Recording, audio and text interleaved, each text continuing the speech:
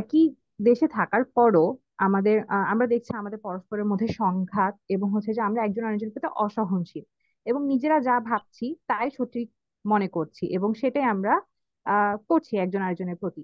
এখন এটার পিছনে কারণ হতে পারে যে আমরা ভিন্ন ভিন্ন চিন্তাধারা হয়তো ধারণ করি এক একজন, কিন্তু দেখেন যে ডিফারেন্ট অপিনিয়ন থাকা এটা তো আর কোনো প্রবলেম হওয়ার কথা না, রাইট? কিন্তু প্রবলেম হচ্ছে কেন? হচ্ছে কারণ আমাদের এই যে চিন্তাধারাগুলো এগুলোর পিছনে আসলে কোনো সুনির্দিষ্ট বেসিস নাই। হ্যাঁ, আমরা কখনো হচ্ছে ওয়েস্টার্ন থট থেকে, কখনো সেকুলার থট থেকে, কখনো ইসলামিক থট থেকে আমাদের এই চিন্তা ভাবনাগুলো নিয়ে একটা জগা খিচুড়ি বানিয়ে রেখেছি। তাই কোন চিন্তা আমি কতটুকু রাখবো, কোন চিন্তা আমি কতটুকু ফেলবো, এটা বুঝারই আমার কোনো উপায় নেই। এবং কেউ কাউকে এই জায়গায় ছাড় দিতে চাচ্ছে না। অনেকটা তাল গাছ আমার এরকম একটা সিচুয়েশন। তো অ্যাজ এ রেজাল্ট এসব মতপার্থক্য থেকে যে বিশৃঙ্খলাগুলো হুম। হচ্ছে, পরস্পর মারামারি হচ্ছে এবং অসহিষ্ণুতা হচ্ছে, সব থেকে আমরা বুঝতে পারতেছি যে আমরা আসলে কোনো কমন পয়েন্টে আসতে পারছি না এবং আমাদের অবস্থা যেন ওই যে জাহিলিয়াতের মতো হয়ে গেছে। হ্যাঁ, এবং আমার মনে হয় যে আপনি যে ঘটনাগুলো বলছিলেন সেখান থেকে যদি একটা ব্যাখ্যা করি, যে রমজান মাসে সে ভাইরাল চায়ের দোকানের ঘটনাটা, ওখানে দুজন মেয়ে প্রকাশ্যে সিগারেট খাচ্ছিল। তাদেরকে দেখে এক মুরব্বি বাধা দেয়। এরপর বাধা দেওয়ার পর যেটাই হয় যে বাকবিতণ্ডাটা হয়েছে তাদের মাঝখানে, এবং এক মেয়ে তো ওই মুরব্বির দিকে চা পর্যন্ত ছুঁড়ে মারে। মানে এরপর তো আরো অবস্থা খারাপ, যে লোকজন জড়ো হয়ে যায়, মেয়ে দুটাকে মারতে পর্যন্ত ওঠে আর কি। এবং ঘটনা পরবর্তীতে থানা পর্যন্ত করে। মানে দেখেন মানে কি একটা অবস্থা। মানে এই ঘটনা দিয়ে আমরা বুঝতে এক্স্যাক্টলি। পারতেছি যে এখানে দুটা পক্ষ, হ্যাঁ, দুটা পক্ষ যারা হচ্ছে যে ভিন্ন ভিন্ন চিন্তাধারা রাখছে। তো আমি প্রথমে যদি ওই মেয়ে দুটোর কথা বলি, যে এই মেয়ে দুইজন প্রকাশ্যে রোজা রমজানের মাসে সিগারেট খাওয়াকে কোনো ধরনের প্রবলেম মনে করছে না। মানে কেউ কারো ব্যক্তি স্বাধীনতায় হস্তক্ষেপ করতে পারবে না এরকম টাইপেরই চিন্তা ভাবনা কিন্তু তারা রাখে। তো তারা দুইজন নয়, আমাদের সোসাইটিতে যারা এইভাবে ওয়েস্টার্ন ওয়েতে চিন্তা ভাবনা করে, দেখবেন সবাই কম বেশি এই মনোভাবই রাখে যে আমি যা ইচ্ছা করব, আমি যা ইচ্ছা করব, it's my life, my rule. Who are you to say? এভাবে সামাজিক স্ফেয়ারে আমরা দেখছি ছেলে মেয়ে অবাধ মিলামেশা, গার্লফ্রেন্ড বয়ফ্রেন্ড কালচার থেকে শুরু করে লিভ টুগেদার, যে যাই করুক বাধা দেওয়া যাবে না। ডেফিনেটলি এগুলো ওয়েস্টার্ন ভ্যালু থেকে উঠে আসছে, যা আমরা স্পষ্টই বুঝতে পারতেছি।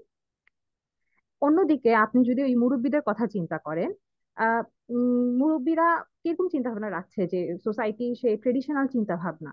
আচ্ছা, এখানে একটা কথা বলে রাখি যে ট্রেডিশনাল চিন্তা ভাবনা যে শুধুমাত্র মুরব্বীরা রাখে বিষয়টা কিন্তু এরকম না। তরুণ থেকে শুরু করে মুরব্বী বা প্রবীণ যে কেউই হচ্ছে যে রাখতে পারে। যেমন আপনি বলতে পারেন যে তরুণদের মধ্যে যেটা হয় যে আমাদের ক্লাসের কিছু ভালো মেয়ে থাকে না, আহ, এরকম বিষয়টা নাকি যে ট্রেডিশনাল ধারণা বা কনজারভেটিভ ধারণা বহন করছে। জি ঠিক বলছেন। মানে আমি যেটা বলতে চাচ্ছিলাম যে এরকম চিন্তা ভাবনা যারা রাখে হুম। তারা এমন কোন অ্যাকশনকে মেনে নিতে পারছে না যেটা সোসাইটির চোখে একটা এলিয়েন আইডিয়া। অর্থাৎ তারা হুম। কখনো এটা বাপ দাদার আমল থেকে দেখে আসে নাই, তারা নিজেরাও এটা করে আসে নাই। হ্যাঁ, তাই যখনই সোসাইটির মধ্যে এমন কোনো ঘটনা তারা ঘটতে দেখছে তখনই তারা কিন্তু বাধা দেয়। এবং তাদের চিন্তাধারা এরকমই যে আমরা আগে ভালো ছিলাম, হ্যাঁ, এবং এখন আমাদের সমাজের অবস্থা হচ্ছে যে দিনকে দিন শুধু খারাপই হচ্ছে। এবং মানে ট্রেডিশনাল ওয়েতে তারা যে চিন্তা ভাবনাগুলো রেখেছেন ওই চিন্তা অনুযায়ী তারা বাচ বিচার করেন। কিন্তু দেখেন যে মানে আমি তো এতক্ষণ ওয়েস্টার্ন থটের কথাও বললাম, ট্রেডিশনাল থটের কথা বললাম, যে যেটাই রাখুক না কেন, বাই ফেথ আমরা কিন্তু সবাই মুসলিম। হুম। তাই সোসাইটিতে যারা হচ্ছে ওয়েস্টার্ন ভিউ ক্যারি করে, বিষয়টা এমন না যে সবাই আসলে সে ওয়েস্টের মতো বা একদম কাফিরা যেরকম চিন্তা ভাবনা রাখে এরকমই হচ্ছে যে হয়ে গেছে। হ্যাঁ, হ্যাঁ, একদিকে তারা হচ্ছে জীবন একটাই, বা আমাকে ফান ফুর্তি করতে হবে। হ্যাঁ, যে আছে না রক এন্ড রোল পার্টি থেকে শুরু করে ড্রাগস সবই তারা ট্রাই করতে চাচ্ছে। হ্যাঁ, কিন্তু at the same time being Muslim, মৃত্যু পরবর্তী যে আমাদের একটা জীবন আছে এটাকেও তো কেউ অস্বীকার করছে না। এবং ইসলামের বেসিস থেকে যে রেগুলেশন গুলো আমরা জেনে আসি, নামাজ রোজা বলি, এগুলোর প্রতি তারা শ্রদ্ধাশীলই থাকে। হ্যাঁ, তো আমি যদি একটা এক্সাম্পল দিই আমাদের যে ইউথ আইকন, হ্যাঁ, সালমান মুক্তাদিরের কথা, দেখবেন যে তার লাইফস্টাইল দেখে আমরা খুব ভালো মতো বুঝতে পারি যে সে কিভাবে ওয়েস্টার্ন কালচারকে ক্যারি করে। কিন্তু জুলাই আন্দোলনের সময় সে কিন্তু আমাদেরকে বলেছিল যে মরলে শহীদ বাঁচলে গাজী। হ্যাঁ, এভাবে আমাদেরকে ইসলামিক ভ্যালু থেকে হচ্ছে একটা মোটিভেশন দিয়েছিল।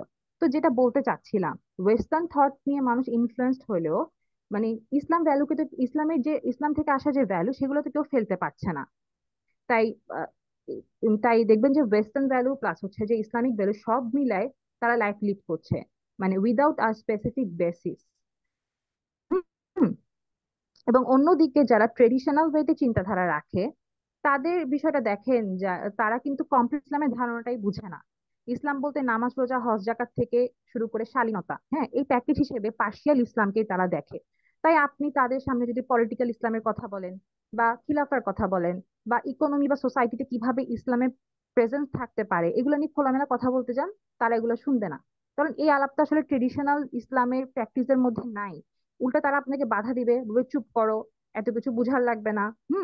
এরকম টাইপের একটা এবং আপনার কন্ডিশন। সাথেও আমি একটু রিলেটও করছিলাম, যে বলছিলেন না যে এই যে বাপ দাদার আমল থেকে যেভাবে আসলে ইসলামকে তারা পেয়েছে, হ্যাঁ, যে ধর্মীয় আচার বা নৈতিকতার বাইরে কথা বলা যাবে না। ইভেন আমিও কিন্তু দেখেছি যে এরকম আম, এই ভাবধারা যারা ক্যারি করে তাদের সাথে যখনই ধরেন প্যালেস্টাইন ইস্যু, হ্যাঁ, বা মানে বিভিন্ন রকম সামাজিক সমস্যা নিয়ে যখন আসলে কথা হয়, তারা বলে যে আদার ব্যাপারই এসেছে জাহাজের খবর নিতে, তো এত বুঝা লাগবে না। Exactly, exactly. ইয়েস, জি সিস্টার। তো এমনকি দেখেন যে তাদের ডিফাইন করা যে শালীন পোশাকের যে একটা বাউন্ডারি, এটার ঊর্ধ্বে গিয়ে তাদের সন্তানরা যদি প্রপারলি হিজাব বোরকা পড়তে চায় বা সেপারেশন মেনটেন করতে চায়, হ্যাঁ, তাদের কাছে এটা সমস্যা মনে হয়, তারা এগুলো করতে দিবে না। আবার এট দ্য সেম টাইম কেউ যদি এখন অফ শোল্ডার ড্রেস পরে ঘুরে, এটাও তাদের কাছে প্রবলেম। হুম। হুম। এবং ইউথরা যখন তাদেরকে প্রশ্ন করে যে তুমি কেন আমাকে বাধা দিচ্ছ, কেন আমি এটা করব, কেন এটা করব না, আমাকে উত্তর দাও, তারা কিন্তু আসলে কোনো প্রকার উত্তর আমাদেরকে দিতে পারে না। কারণ ট্রেডিশনাল যে ইসলাম তারা ক্যারি করছে, হ্যাঁ, সেই ইসলাম কিন্তু নামাজ রোজার ঊর্ধ্বে গিয়ে কোনো প্রপার গাইডলাইন দিতে পারে না যে আমাদেরকে লাইফ কিভাবে লিড করতে হবে। হুম। তাই হুম। ট্রেডিশনাল সোসাইটি থেকে উঠে আসা যে চিন্তাধারাগুলো যারা ক্যারি করছে, তারা মনে করে যে আজকে সমাজ তো খুব খারাপ হয়ে গেছে, এখনকার যে জেনারেশন তারা তো আসলে মানে খুবই উচ্ছৃঙ্খল, হ্যাঁ, তাদেরকে হচ্ছে যে আমাদের মেরে কুটে হইলেও তাদেরকে কি করতে হবে, সঠিক পথে আনতে হবে। হ্যাঁ, এরকম টাইপের একটা ক্ল্যাশ। হ্যাঁ।